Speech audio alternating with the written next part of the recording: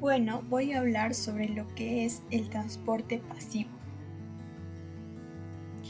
El transporte pasivo es un proceso de transporte de sustancias que se realiza en forma espontánea, sin gasto de energía y a favor del gradiente de concentración, es decir, desde un medio donde las moléculas se hallan más concentradas hacia un medio donde su concentración es menor.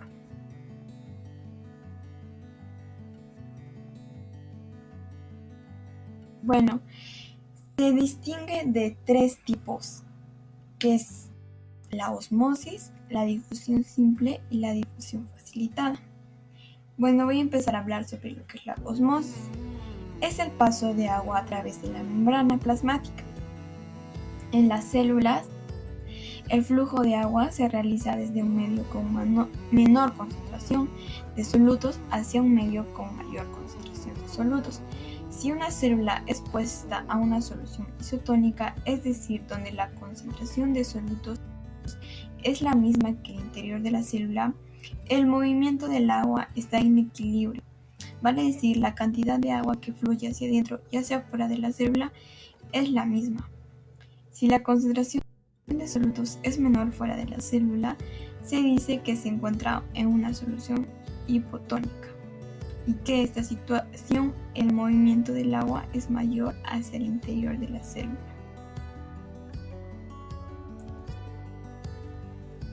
Ahora vamos a ver sobre lo que es la difusión simple. Este es el paso a través de la membrana plasmática de pequeñas moléculas sin cargas solubles en la bicapa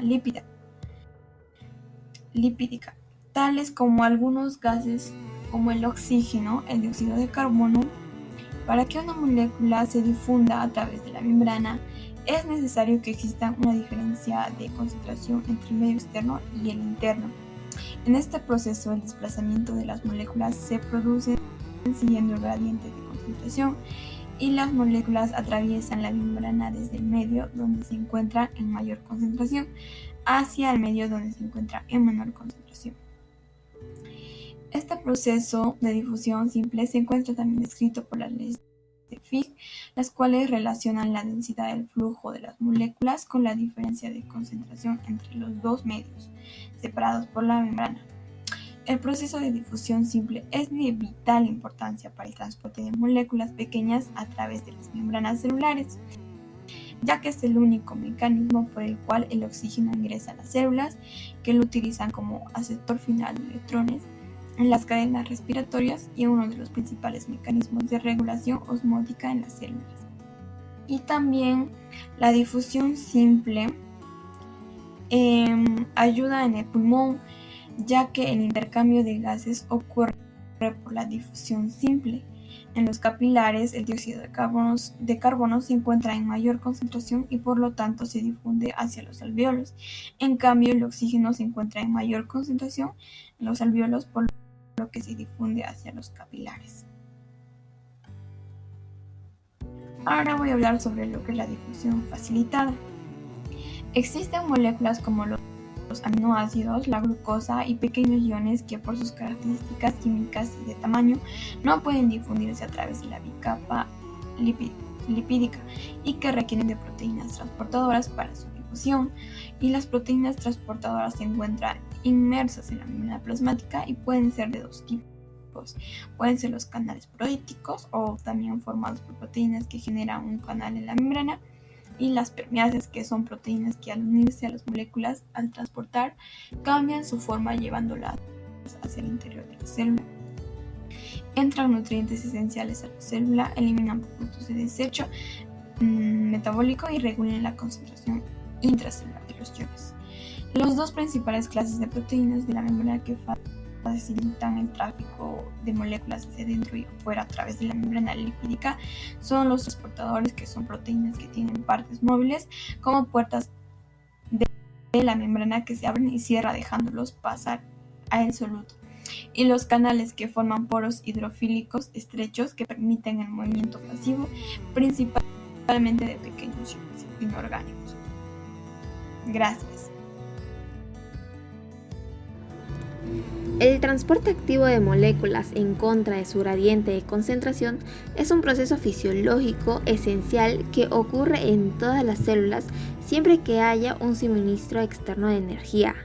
Pero para profundizar más de lo que este tema se trata, en primer lugar debemos saber que todas las células que existen en la naturaleza están delimitadas por una membrana lipídica en la que se encuentran embebidos un gran número de proteínas y carbohidratos, aunque esta membrana establece un límite entre el contenido celular y el medio externo, confiriéndole a la célula su forma.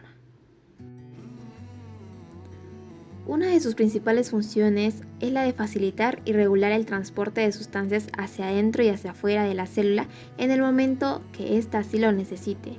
Y para hacer esto se comporta como una gran barrera semipermeable, es decir, que permite el paso de algunas sustancias e impide el paso de otras de adentro hacia afuera y viceversa. Concepto y acción. Las proteínas son involucradas en las bombas normalmente proveniente de la energía del ATP. Esto significa que hay 3 tipos de bombas, por decirlo así. La energía es entregada por fotones de la luz. También es una cadena de transporte electrónico mitocondrial. Involucra las proteínas en la fotosíntesis, en las cuales se utilizan para crear un gradiente a través del gradiente de protones de la membrana trilactoide y poder reducir el NADPH. Estos son los 3 tipos de bomba. El primero sería el sodio menos potasio, ATPasa, que presenta en todas las membranas celulares donde bombea sodio desde el líquido intracelular y líquido extracelular, y esta forma un cambio en su conformación. La segunda bomba sería la del calcio, ATPasa, que también presenta en el retículo endoplasmático y sarcoplasmático. Su función sería extraer el gradiente electroquímico del cual se mantienen las concentraciones bajas, intracelulares muy bajas de calcio. La bomba de hidrógeno menos potasio, PAC. Se encuentra en las células parateriales de la mucosa gástrica. Esto significa que estas células son intercaladas con la alfa y el conducto renal, en el que bombea el hidrógeno del líquido del LIC hacia la luz del estómago, y ahí se identifica como el contenido gástrico. Transporte activo secundario. En el transporte activo hay 3 principios de lo que debemos saber. 1. Hay gasto de energía.